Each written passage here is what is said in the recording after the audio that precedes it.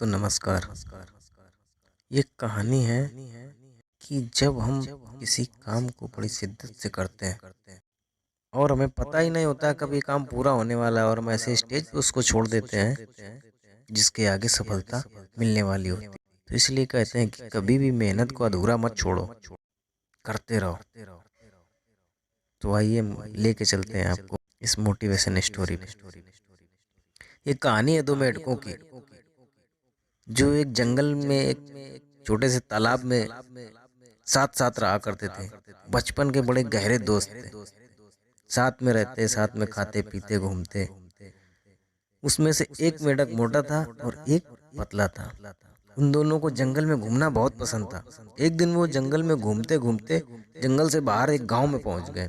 वहां उन्होंने क्या देखा कि एक ग्वाला अपनी गाय से दूध निकाल रहा है। ये दृश्य उन्होंने पहले कभी नहीं देखा था।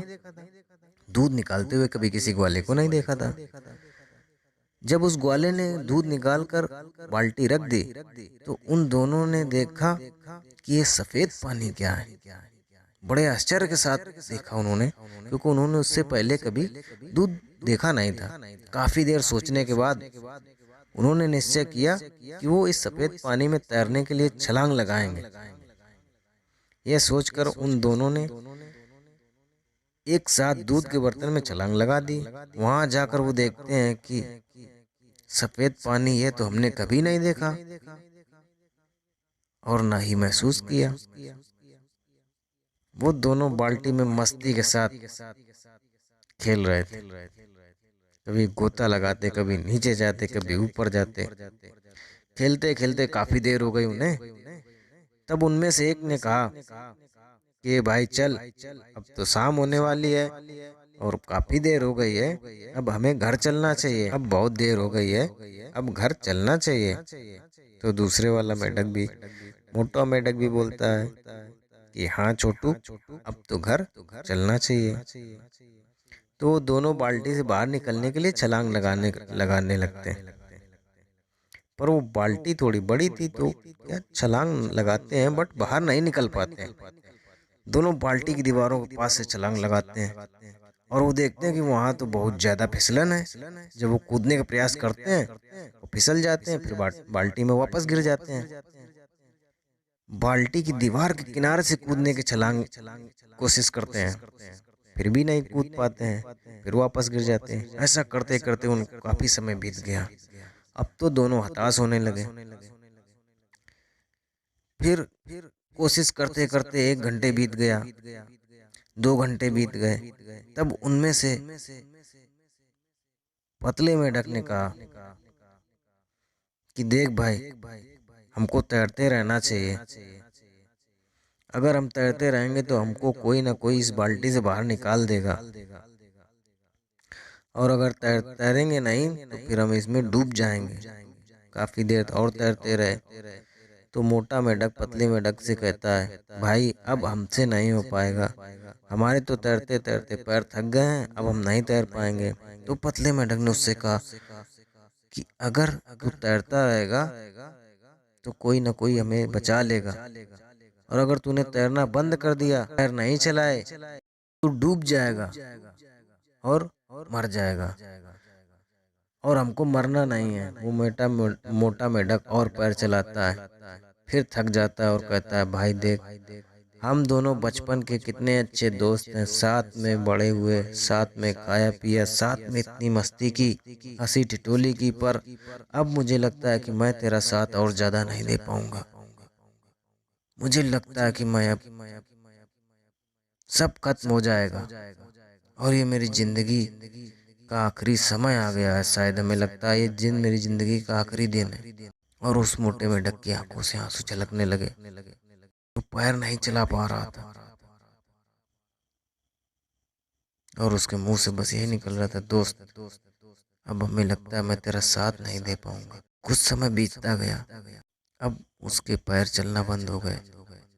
धीरे धीरे वो दूध की बाल्टी में अंदर समाने लगा और छोटे मेंढक के सामने, आंखों के सामने देखते देखते उसका दोस्त उस दूध की बाल्टी में समा गया और उसकी सांसें बंद हो गई। उसके बचपन का सबसे प्यारा दोस्त जो साथ जीने मरने की कस्में खाता था, उसका साथ छोड़ के चला गया। ये देखकर उसके अंदर एक आग लगी, ऐसी आग लगी कि उसने पैर चलाना दूनी रफ्तार से रफ्तार बढ़ा दी और बाहर निकलने की कोशिश में वो इतनी तेज पैर चलाने लगा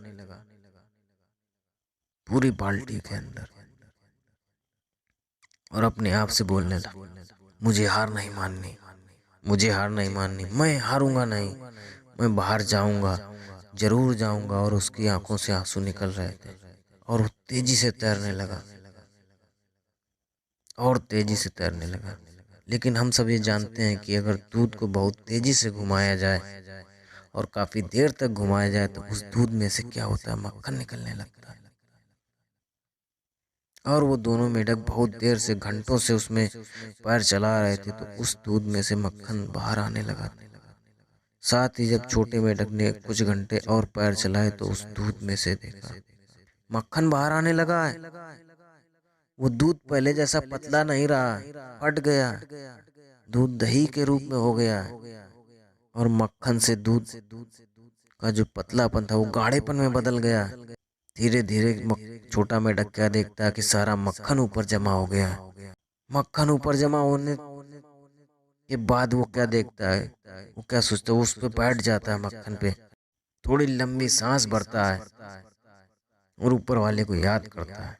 फिर अपने पूरे जोर से छलांग मारता है और वो बाल्टी के बाहर आ जाता है। बाल्टी के बाहर आते ही काफी देर तक तो वो सोच रहा था कि उसके साथ आज हो क्या रहा है। उसने बचपन का अपने सबसे अमूल सोने जैसा खरा दोस्त खो दिया है। और वह मर क्यों गया? क्योंकि उसने हार मान ली थी। अगर वह भी हार नहीं मानता तो नहीं मरता, आज वो भी जिंदा होता, वो भी बाहर मेरे साथ होता। यह सोचते हुए वह जंगल में वापस चला जाता है और एक सुंदर सी मेढकी से शादी कर लेता है। कुछ साल बाद उसके बच्चे होते हैं और वह अपने बच्चों को हमेशा अपने दोस्त की कहानी सुनाया करता था कि उसका एक दोस्त था। एक रोज वो दोनों आपस में खेला करते थे। एक रोज खेलते खेलते वो जंगल से बाहर चले गए और उन्होंने एक ग्वाले को दूध दुहते हुए देखा और वो उसकी बाल्टी में दोनों ने छलांग लगा दी। 3-4 घंटे अथक परिश्रम करने के बाद भी जब उसका दोस्त ने हार मान ली तो वो उसमें डूब गया और मर गया। ये इसने हार नहीं मानी और ये लगातार प्रयास करते रहा तो उस दूध में से मक्खन निकल आया और उस मक्खन के सहारे वो बाहर निकल गया। तो दोस्तों, दूध का दही बनेगा जरूर, लेकिन उसमें क्या लगेगा? टाइम लगेगा, समय लगेगा, वक्त लगेगा। अगर हमने हार मान ली तो हम हर हाल में उसी मेढक के जैसे हमारा अंत होगा, और अगर हमने हार नहीं मानी तो उस छोटे मेढक के जैसे हम जिंदगी में आगे निकल जाएंगे। हमें चाहे हो सकता है कि हम जो चाहते हैं जिंदगी में वो सब ना मिले, हमें ये सुकून जरूर होगा कि हमने उसे पाने के लिए अथक परिश्रम किया, अथक प्रयास किया। हम जिंदगी में तभी हार मानते हैं जब दूसरे कहते हैं कि तुम हार गए, तब हम नहीं हारते हैं। लेकिन जब हम खुद अपने आप से हार मान लेते हैं तब हम हार जाते हैं। दोस्तों, इस कहानी का मतलब ये हो कि आपको जिंदगी में कभी हार नहीं माननी है। जो आप काम कर रहे हैं उसको मेहनत के साथ करते रहिए। जय हिंद, जय भारत।